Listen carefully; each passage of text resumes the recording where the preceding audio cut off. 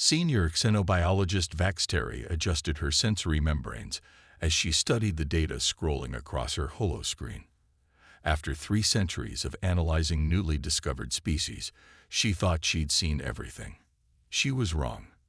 "This can't be correct," she muttered, her crystalline appendages clicking in agitation.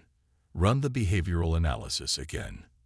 The Galactic Assembly's most sophisticated AI compiled the results once more. The outcome remained unchanged. Humans displayed no standard survival patterns. None. In her laboratory aboard the Assembly's premier research vessel, the Eternal Seeker, Vaxteri had spent the past stellar cycle studying Earth's transmissions. The Assembly had discovered the planet's signals 2 cycles ago, and as per protocol, they monitored the species before making contact. But something was fundamentally different about these beings. Every known sentient species evolved from either predator or prey. This shaped their core responses: fight or flight, submission to superior force, preservation instincts. These were universal constants. Until now. High Council member Zixtal must see this immediately, she decided, compiling her findings with trembling appendages. Hours later, in the Council's emergency chamber, Vaxteri faced the assembled leaders of 50 species. The curved walls of living crystal pulsed with subtle light as she projected her data. "Distinguished Council members," she began, her voice steady despite her anxiety. "Humans defy every behavioral model we've established. When faced with superior force, they don't submit. When confronted with impossible odds, they don't retreat. They innovate." She displayed footage from Earth's historical archives: small groups defending against overwhelming forces, lone individuals standing against armies, defeated nations continuing resistance through underground movements. "But surely," Council member Zixtal interrupted, his feathered crest rising in distress, "they must have some limitation, some point where self-preservation takes precedence." "That's the most fascinating aspect," Vaxteri responded, bringing up new data. "They've developed something unique. They call it spite. When defeat seems certain, they often choose actions that harm their adversary, even at great cost to themselves. No other species has ever exhibited this behavior." The chamber erupted in concerned murmurs. Council member Nax, her scaled skin shifting colors with emotion, spoke next. How did they survive their own development? Such behavior should have led to self-destruction. Actually, Vaxteri explained, it appears to have accelerated their evolution. They turned their most devastating weapons into tools for exploration. They transformed their competitive nature into technological advancement. They've achieved in millennia what took other species ends. She paused, letting her next words carry their full weight. "And they're about to discover faster than light travel. Our preliminary calculations suggest they'll achieve it within 1 stellar cycle." The chamber fell silent. The implications were clear.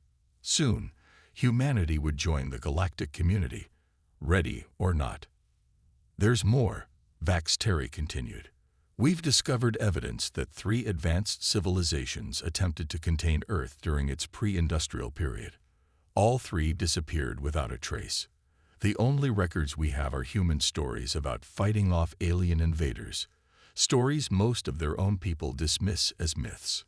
High Council member Zixtal's feathers had turned pale. "Recommendations. We have 2 options," Vaxteri replied.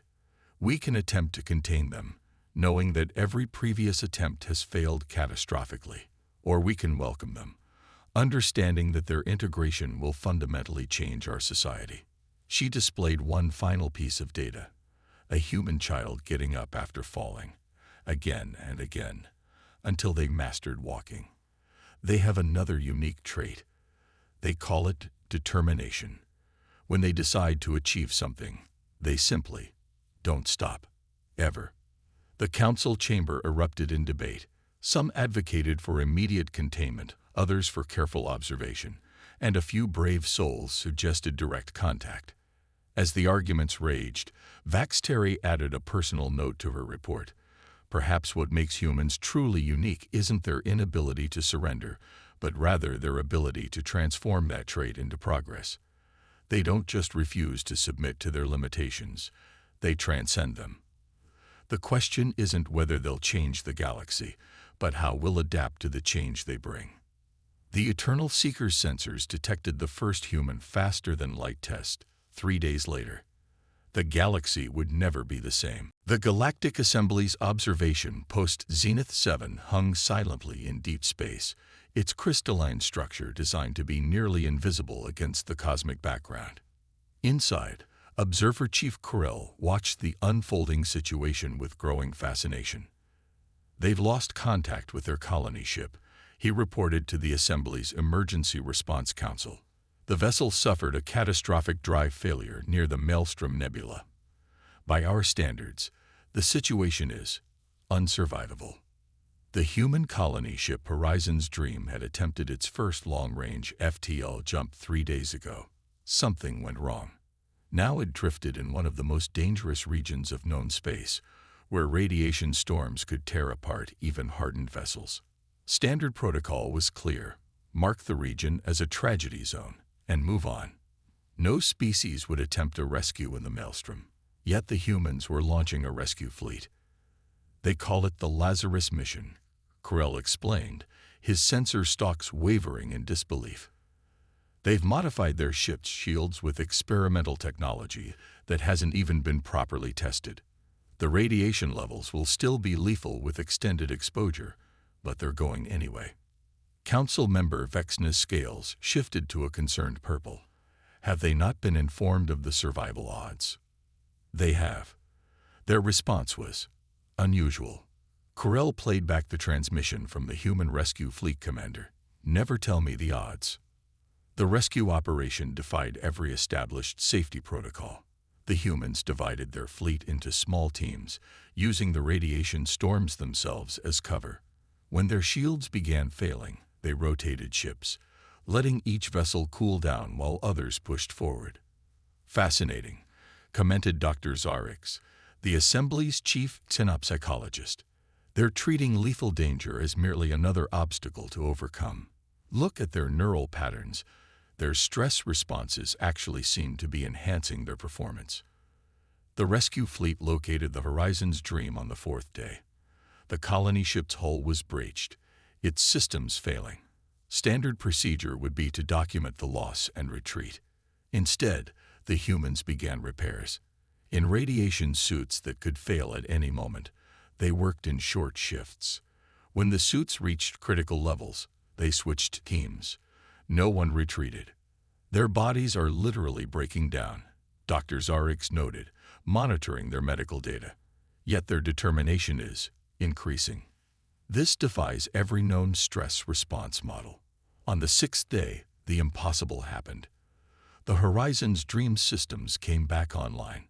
The rescue fleet formed a protective barrier around the damaged ship, sacrificing their own shield strength to protect the colonists.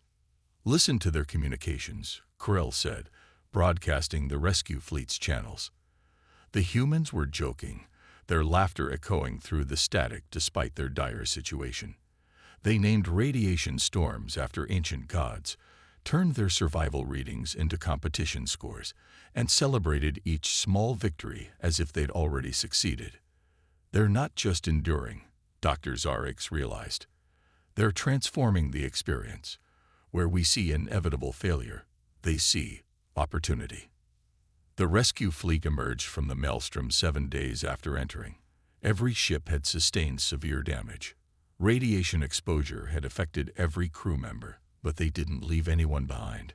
In the aftermath, the Assembly's Analysis Division compiled a comprehensive report. The conclusions were disturbing. Humans didn't just ignore possible failure. They actively prepared for it, planned for it, and then transcended it. "This changes everything," Council member Vexna declared. "Their response to crisis isn't just unusual, it's transformative. They don't survive despite the odds. They thrive because of them." Corell added a personal observation to his report. "Perhaps we've been asking the wrong question. Instead of wondering how humans ignore their limitations, we should ask ourselves, what if there are no limitations? What if humans are right, and impossible is just another problem to solve? The assembly would need answers soon. The humans weren't slowing down. They were already planning their next impossible feat, establishing a permanent colony in the heart of the maelstrom itself. After all, as one human commander put it, if it's impossible, it just means no one's done it yet. No one expected the Vrexkar to break the peace. For 10,000 cycles, the militant species had observed galactic assembly protocols. That changed when they encountered humanity's first deep space research station, Aegis Point. The Vrexkar commander's ultimatum was simple: surrender the station or be destroyed. They had brought 30 warships against a scientific outpost. The humans had one defensive vessel, the UES Guardian. In the assembly's monitoring chamber, First Observer Ithkul watched with dread. Surely now they'll follow protocols. The station's value cannot be worth the lives of its crew. The human response came moments later. Aegis Point, this is Captain Sarah Chen of the Guardian. We'll buy you time. Make it count. What followed would reshape galactic military doctrine forever. The Guardian didn't retreat. It attacked. Not with brute force, but with maneuvers the Vrexkar combat computers couldn't predict. The human vessel danced through enemy fire, using the station's gravitational field as both weapon and shield. Impossible, muttered military advisor Kextor, his battle-scarred carapace clicking in agitation. Their ship's structural integrity cannot withstand such stresses. He was right. The Guardian's hull began failing under the strain. But the humans didn't stop. They adapted. Their venting atmosphere from the damaged sections, reported technical analyst Venri, her crystalline form pulsing with excitement, using it as propellant for micro-adjustments. That's brilliant. The Guardian was dying, but it was killing too. Each desperate maneuver claimed another Vrexkar vessel. The humans had turned their own damage into a weapon, using debris fields to obscure sensors, transformed power fluctuations into sensor ghosts. Then came the transmission from Aegis Point. Guardian, we're ready. Thank you, Captain Chen. The research station's purpose became clear. It wasn't just studying space. It was studying dimensional physics. The humans had turned their entire station into a prototype phase drive.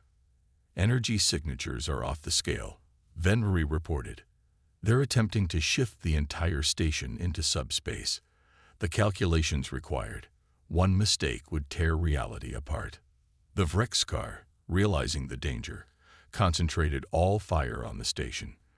But the Guardian, now barely operational, placed itself between the attackers and their target. The human ship's hull was breached in a dozen places. Life support was failing. But the crew never wavered. Hour of reckoning, you scaly bastards, came Captain Chen's final transmission. The Guardian initiated its core overload sequence just as Aegis Point phased out of normal space. The explosion created a temporary subspace rift that pulled in half the remaining Vrexkar fleet. The others fled, but the message was clear. Humanity would not be easily conquered. Hours later, Aegis Point reappeared at Assembly Headquarters, having phase jumped across half the galaxy. The station was damaged, but intact. The researchers had successfully tested their experimental drive while escaping certain destruction. In the Assembly's emergency session, the debate raged. The Vrexkar demanded sanctions against humanity for developing prohibited technology. Instead, they found themselves facing expulsion from the Assembly for their unprovoked attack. "You don't understand," the Vrexkar ambassador hissed. "These humans, they're dangerous. They turned a research station into a weapon. Their defensive vessel violated every law of tactical doctrine. They don't just refuse to surrender. They make victory impossible for their enemies." High Council member Zixel's response was measured. "Perhaps that's exactly why we need them. In all our cycles of advancement, we've never encountered a species that could transform certain defeat into impossible victory." The Assembly voted to formally ally with humanity. The Vrexkar, for the first time in their history, retreated from galactic politics entirely. In her final report on the incident, technical analyst Venri wrote, "The humans have a saying, necessity is the mother of invention." Today we learned what that truly means. When we see impossibility, we calculate the odds and accept them. When humans see impossibility, they innovate until the odds become irrelevant. The galaxy will never be the same, and perhaps that's exactly what we need. The Aegis incident became a turning point in galactic history, but it was only the beginning of humanity's impact on the cosmic order. The Galactic Assembly's Central Research Hub had never seen anything quite like the human-alien collaboration teams, where once stood sterile laboratories staffed by single species, now buzzed with diverse groups of researchers, each bringing their unique perspectives to shared challenges.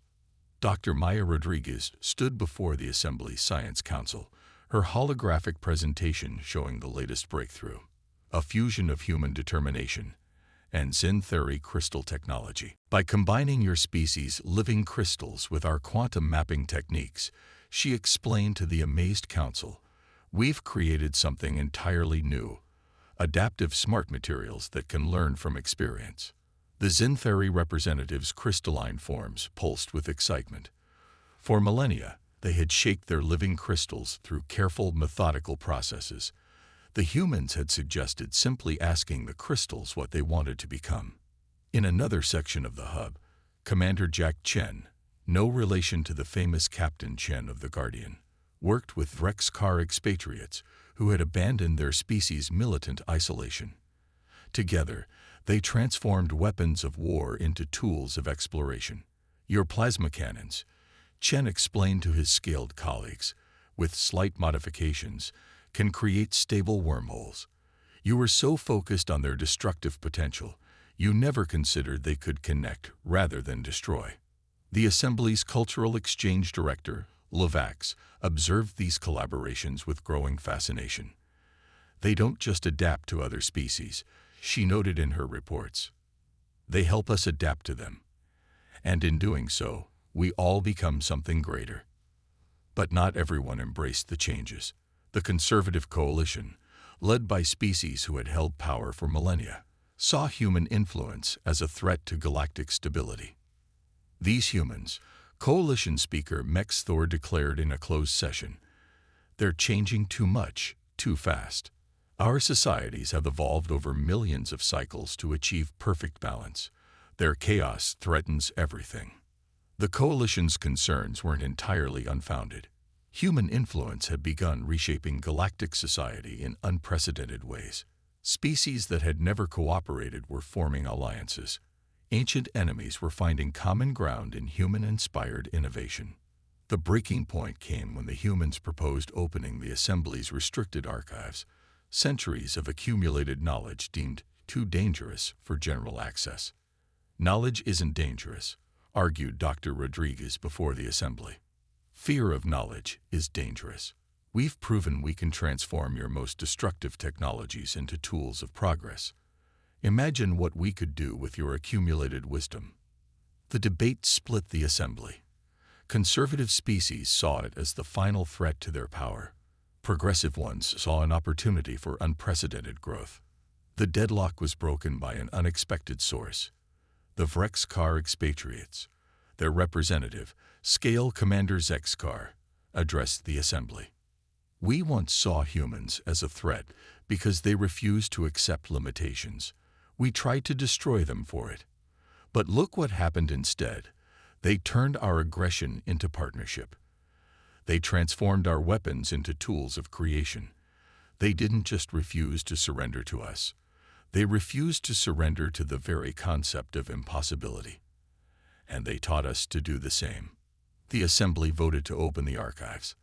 The conservative coalition threatened to withdraw from galactic society, just as the Vrexcar had done years before. But something unexpected happened. Their younger generations refused to leave. The humans have a concept called progress.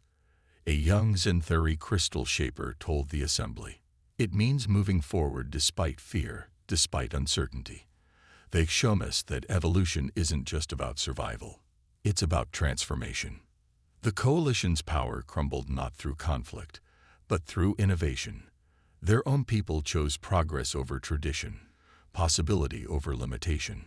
In her final report before retiring, Ovax wrote, "The humans' greatest gift to us wasn't their technology or their methods. It was their perspective. They showed us that the universe isn't something to be feared and regulated. It's something to be explored and transformed. They taught us that the only true limitation is the one we accept." But even as galactic society underwent this peaceful revolution, a greater challenge loomed on the horizon. One that would test not just humanity's refusal to surrender, but the very foundations of their new partnerships. The galaxy was changing, evolving, transforming. But was it changing fast enough for what was coming? They came from between galaxies, the Void Swarm. Not a species, but a cosmic phenomenon that had achieved consciousness, living darkness that consumed everything in its path. The Assembly's long-range sensors detected them just 3 cycles after the archives were opened. "Conventional weapons are useless," reported Defense Coordinator Vexkar, his scales dark with concern. "They exist partially outside our reality. Every civilization that's encountered them has fallen." The assembly chambers erupted in panic. Species that had existed for millions of cycles faced extinction. The conservative coalition demanded immediate evacuation to their fortress worlds. Others suggested surrendering to the swarm, hoping to be spared. Then Amanda Chen, granddaughter of the Guardian's legendary captain, stepped forward. "We found something in your archives," she announced. "Records of the precursors, the civilization that came before all of us. They didn't vanish. They transcended." The human-led research teams had discovered the truth. The precursors hadn't died out. They had evolved beyond physical form. But they'd left behind their knowledge, hidden in plain sight within the restricted archives. "The Void Swarm isn't invading," Dr. Rodriguez explained, now significantly older but her eyes still bright with determination. "They're running. Something changed in their home dimension. They're refugees, not conquerors." It was a typically human perspective, seeing the enemy as a potential ally. But the challenge remained how to stop a panic-stricken cosmic force from accidentally destroying the galaxy in its flight. The solution required everything the galaxy had learned from humanity. Xanthari living crystals, modified by human quantum techniques. Vexkar weapons, transformed into dimensional anchors. The combined knowledge of 1,000 species, reinterpreted through human innovation. "We can't fight them," Amanda Chen declared. "So we'll help them instead." The plan was unprecedented. Using modified phase, drive technology from the Aegis incident, they would create a new layer of space-time, a sanctuary dimension for the Void Swarm. But the power requirements were astronomical. "Every species will need to contribute," Amanda explained. "Every world, every ship, every power source working in perfect harmony. We'll have one chance, one moment where we all work together, or we all fall together." The Assembly had never achieved such unity. Ancient enemies coordinated their efforts. Conservative and progressive factions pooled their resources. Humanity's refusal to surrender had evolved into something greater, a refusal to let anyone surrender to despair. When the Void Swarm reached the galaxy's edge, they found not a defense fleet, but a welcome party. Thousands of ships, millions of beings, all focused on a single purpose.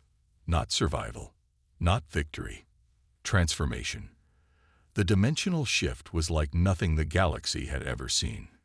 Reality itself seemed to fold, creating a new home for beings that had known only eternal flight. The Void Swarm, sensing the intent behind the effort, didn't resist.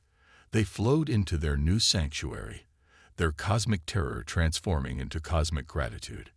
In the aftermath, as the galaxy celebrated, High Council member Zixtal addressed the Assembly. "We feared humanity would change us too much, too fast. Now we understand. They changed us just fast enough. Their gift wasn't their technology or their determination. It was their ability to see beyond limitations, to transform enemies into allies, to find hope in despair." The conservative coalition formally dissolved the next day. The distinction between progressive and traditional species faded. A new age of galactic civilization began. Dr. Rodriguez, in her final speech before retirement, summed it up best.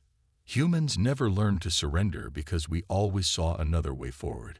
Today, we've taught the galaxy not just to resist surrender, but to transcend the very concept of defeat. We've shown that the greatest victory isn't in refusing to fall. It's in helping everyone rise together. The Void Swarm became the galaxy's neighbors, their mysterious consciousness occasionally sharing insights from their new dimensional home. The assembly transformed into a true union of species and humanity. They were already looking to the next impossible challenge, ready to transform it into another opportunity for growth. After all, as Captain Sarah Chen had said so many years ago aboard the Guardian, the only true defeat is accepting that defeat is final. The galaxy had learned its lesson well.